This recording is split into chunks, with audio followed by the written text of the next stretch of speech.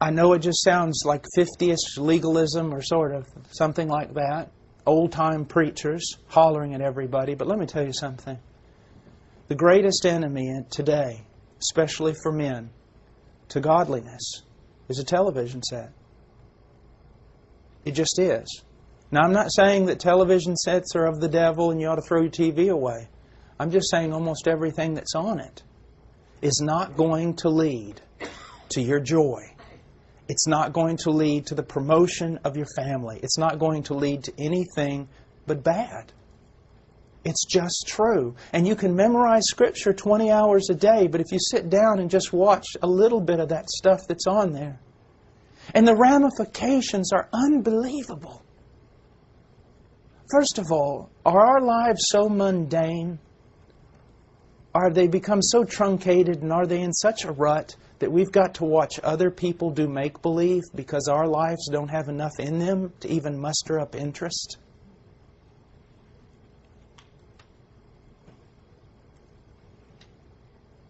Do you know that most men are not passionate about their wives because of TV?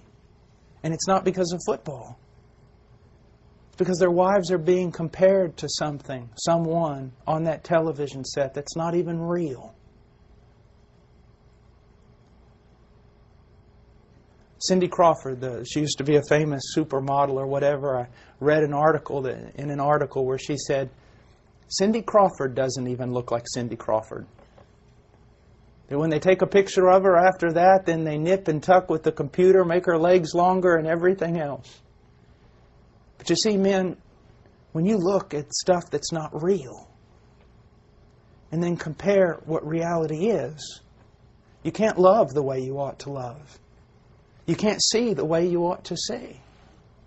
I was thinking about something. Someone gave me a thought, and I was thinking about it. Sometimes I ought to sleep more and think less. But I was up, and I was thinking about this. I thought, I can't enjoy. Now just think about this. When was the last time you enjoyed a glass of water? We can't enjoy a glass of water because of all the artificial things that have been given to us. Think about that for a moment. The Coca-Colas and the soft drinks and the everything else. We need we're so taken away by what God hasn't given us that we can't enjoy what He has given us.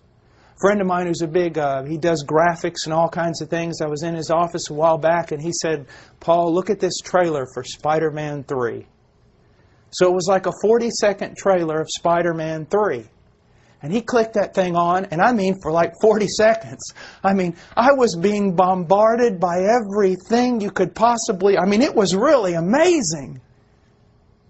It was just get your heart going and all these things this guy could do, and it was just absolutely phenomenal. And when it's finished, I was almost wore out.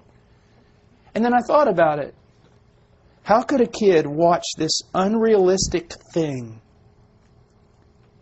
and then appreciate walking through a wood with his father? I mean, something is being put before our minds that's totally unrealistic. It is a lie. It's a lie about reality. Many of you are not happy with what you've got because you don't have what you see on TV and you don't realize that what's on TV is a lie. Life's not supposed to be like that. So it's not just the thing you see some things that are pornographic, but your whole worldview is just warped. To be happy, you must be like this. To be happy, you must be like them. To be happy, this must happen in your life. And because it doesn't, in real life, people get old, they get ugly, they get sick, things fall apart, things don't work right.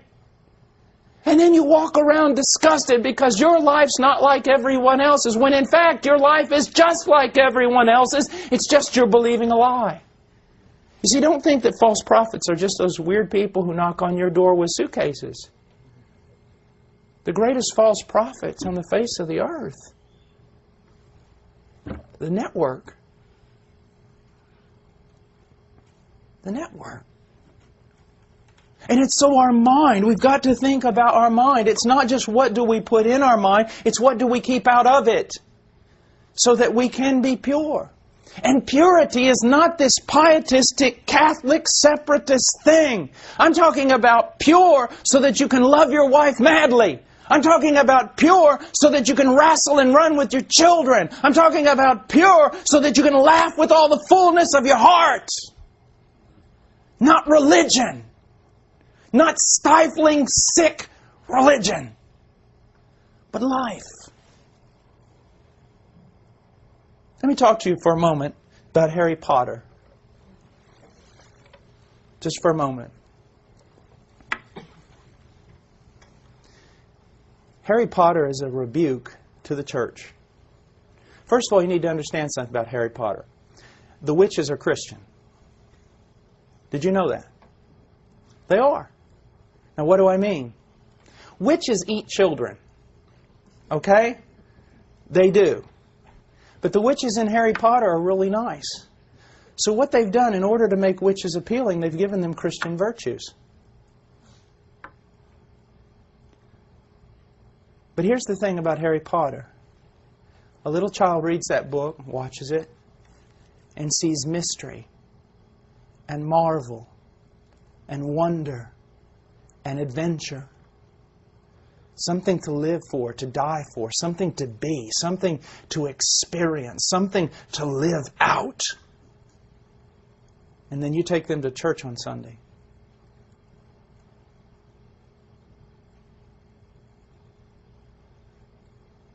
It's a rebuke.